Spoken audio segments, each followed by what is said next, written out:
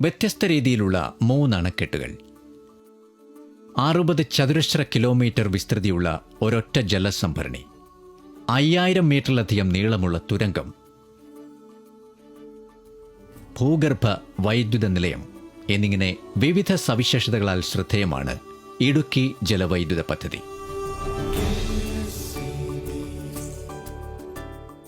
1919 ഇറ്റലിക്കാരനായ Jacob എന്ന ഒരു engineer തയ്യാറാക്കിയ റിപ്പോർട്ടിലാണ് ഇടുക്കിയിൽ ഒരു അണ കെട്ടാനുള്ള സാധ്യതയെക്കുറിച്ച് ആദ്യമായി പരാമർശിച്ചു കാണുന്നത്. ആ റിപ്പോർട്ട് തിരുവിതാംകൂർ ഗവൺമെന്റ് പരിഗണിച്ചില്ല. പിന്നീട് മലങ്കര എസ്റ്റേറ്റ് സൂപ്രണ്ടായിരുന്ന W.J. ജോൺ 1922 ഇടുക്കി കണ്ടെത്തി. നായാട്ടിന് അദ്ദേഹത്തെ അനുഗമിച്ചിരുന്ന കരുവെള്ളായൻ കൊലുമ്പൻ എന്ന ആദിവാസിയാണ് ഇടുക്കി ചൂണ്ടിക്കാട്ടിയത്. കുറവൻ, കുറത്തി എന്നിങ്ങനെ അറിയപ്പെടുന്ന 2 മലകൾ പാദങ്ങൾ തമ്മിൽ പരസ്പരം തൊട്ടു തൊട്ടില്ല എന്ന മട്ടിൽ ഉയർന്നു നിൽക്കുന്നു. അത്ഭുതകരമായ ആ ഇടുക്കിലൂടെ പെരിയാർ കുതിച്ചൊഴുകുന്നു. ഇവിടെ ഒരു അണക്കെട്ട് നിർമ്മിക്കുക എളുപ്പമാണെന്നും അതിൽ നിന്നും ജലസേചനവും വൈദ്യുതോൽപാദനവും സാധിക്കുമെന്നും മലങ്കര ജോൺ സഹോദരനും എഞ്ചിനീയറുമായ ശ്രീ P.J. തോമസിന്റെ സഹായത്തോടെ 1932 തിരുവിതാംകൂർ ഗവൺമെന്റിനെ അറിയിച്ചു.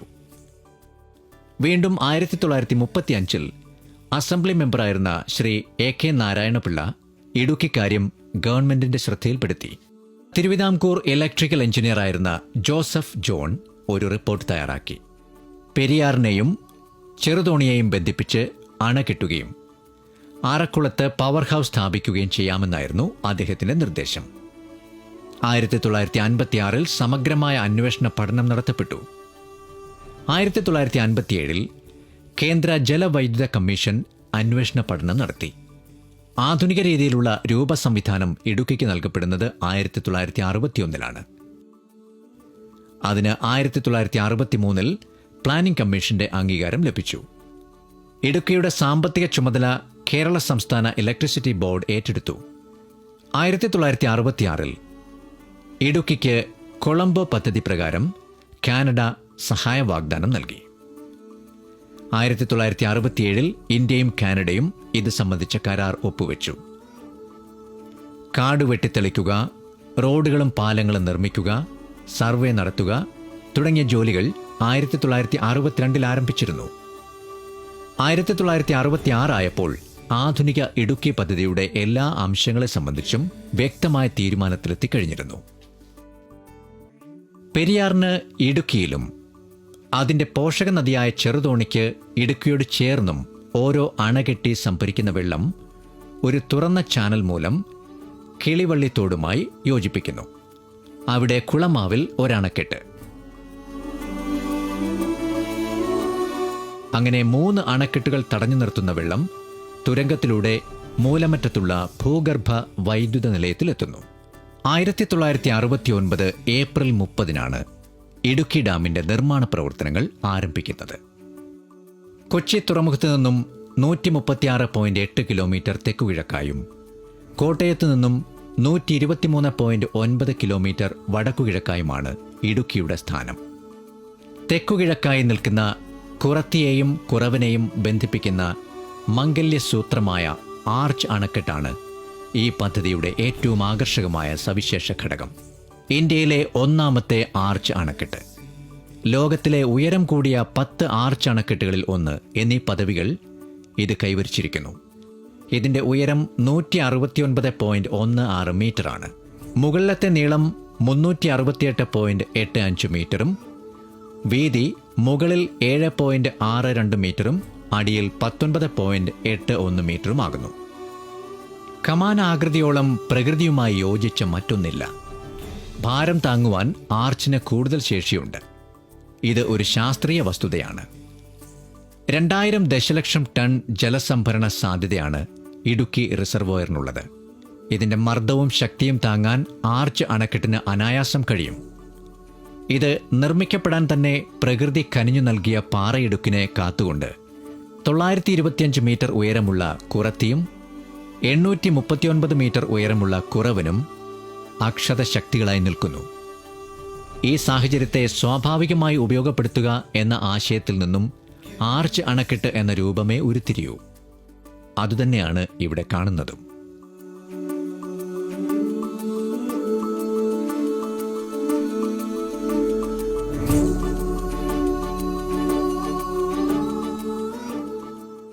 ഇടുക്കി ഡാമിൽ ഷട്ടറുകളില്ല.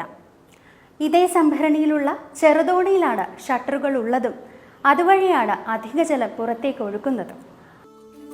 ഇടുക്കി ആർച്ച് അണക്കെട്ടിന്റെയും മൂലമറ്റം ഭൂഗർഭ വൈദ്യുത നിലയത്തിന്റെയും എഞ്ചിനീയറിംഗ് ഉത്തരവാദിത്വം കാനഡയ്ക്കായിരുന്നു. ഇന്ത്യയിലെയും കാനഡയിലെയും എഞ്ചിനീയർമാർ യോജിച്ചാണ് ഇങ്ങനെയൊരു തീരുമാനം കൈക്കൊണ്ടത്. ആർച്ച് ഡാമും അണ്ടർഗ്രൗണ്ട് പവർ സ്റ്റേഷനും നിർമ്മാണ പ്രക്രിയയെ സംബന്ധിച്ചിടത്തോളമെങ്കിലും നമുക്ക് പുതിയ ഇനങ്ങളായിരുന്നു. ഇടുക്കി റിസർവോയറിന് വെള്ളം ലഭിക്കുന്നതിന് തെക്കു പടിഞ്ഞാറൻ, വടക്കുകിഴക്കൻ എന്നീ മൺസൂൺ വാദങ്ങളാണ് ഉപയോഗപ്പെടുത്തുന്നത്. ഇതിൽ ഇടവപ്പാതിക്ക് കാരണമായ ആദ്യത്തേതാണ് പ്രധാനം. പെരിയാറിന് 526.29 ചതുരശ്ര കിലോമീറ്റർ, ചെറുതോണിപ്പുഴയ്ക്ക് 123.02 ചതുരശ്ര കിലോമീറ്റർ, കിളിവള്ളിത്തോടിന് 0.91 ചതുരശ്ര കിലോമീറ്റർ എന്നിങ്ങനെയാണ് ജലസംഭരണ പ്രദേശം കണക്കാക്കപ്പെടുന്നത്. ഇവയിൽ നിന്നും 90% വെള്ളവും റിസർവോയറിന് ലഭിക്കുന്നു.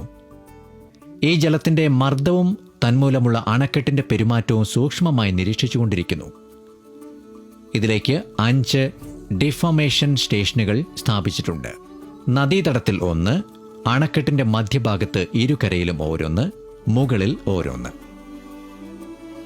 30.44 മീറ്റർ താഴ്ചയിൽ 15 സെന്റിമീറ്റർ വ്യാസമുള്ള ദ്വാരത്തിൽ നേരെ തല നിവർത്തി നിൽക്കുന്ന പെൻഡുലം അണക്കെട്ടിലുണ്ടാകുന്ന ചലനങ്ങൾ സൂചിപ്പിക്കുന്നു.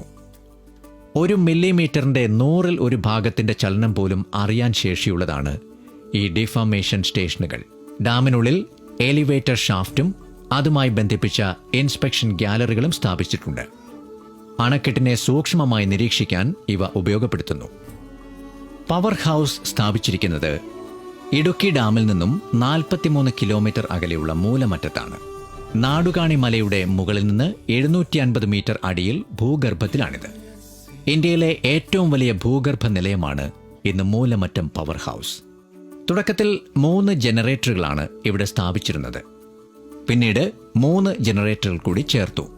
നിലവിൽ 130 മെഗാവാട്ട് വീതം ശേഷിയുള്ള 6 വൈദ്യുത ജനറേറ്ററുകളാണ് മൂലമറ്റത്തുള്ളത്. ആകെ 780 മെഗാവാട്ടാണ് ഇടുക്കി ജലവൈദ്യുത പദ്ധതിയുടെ ശേഷി. വൈദ്യുത ഉൽപാദനത്തിന് ശേഷമുള്ള ജലം കുടയത്തൂർ പുഴ വഴി മൂവാറ്റുപുഴയിൽ ചെന്നു ചേരുന്നു.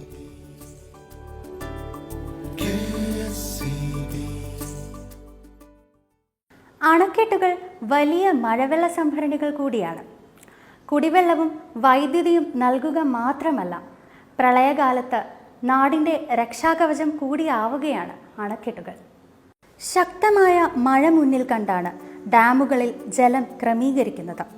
KSEBയുടെ അണക്കെട്ടുകളും ജലസംഭരണികളും ഇല്ലായിരുന്നുവെങ്കിൽ നദികളിൽ ഇതിലും വലിയ തോതിലുള്ള ജലപ്രവാഹം ഉണ്ടായേനെ.